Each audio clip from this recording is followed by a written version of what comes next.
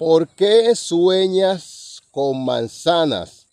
Una, dos, tres o abundante o muchas manzanas cerca de ti o lejos de ti. Bien, soñar con manzanas es de bendición. Depende las cualidades como usted vea las manzanas, pero normalmente es de bendición porque representan palabra de Dios, abundancia, prosperidad, reino de Dios, todo lo que tiene que ver con eso, ¿verdad?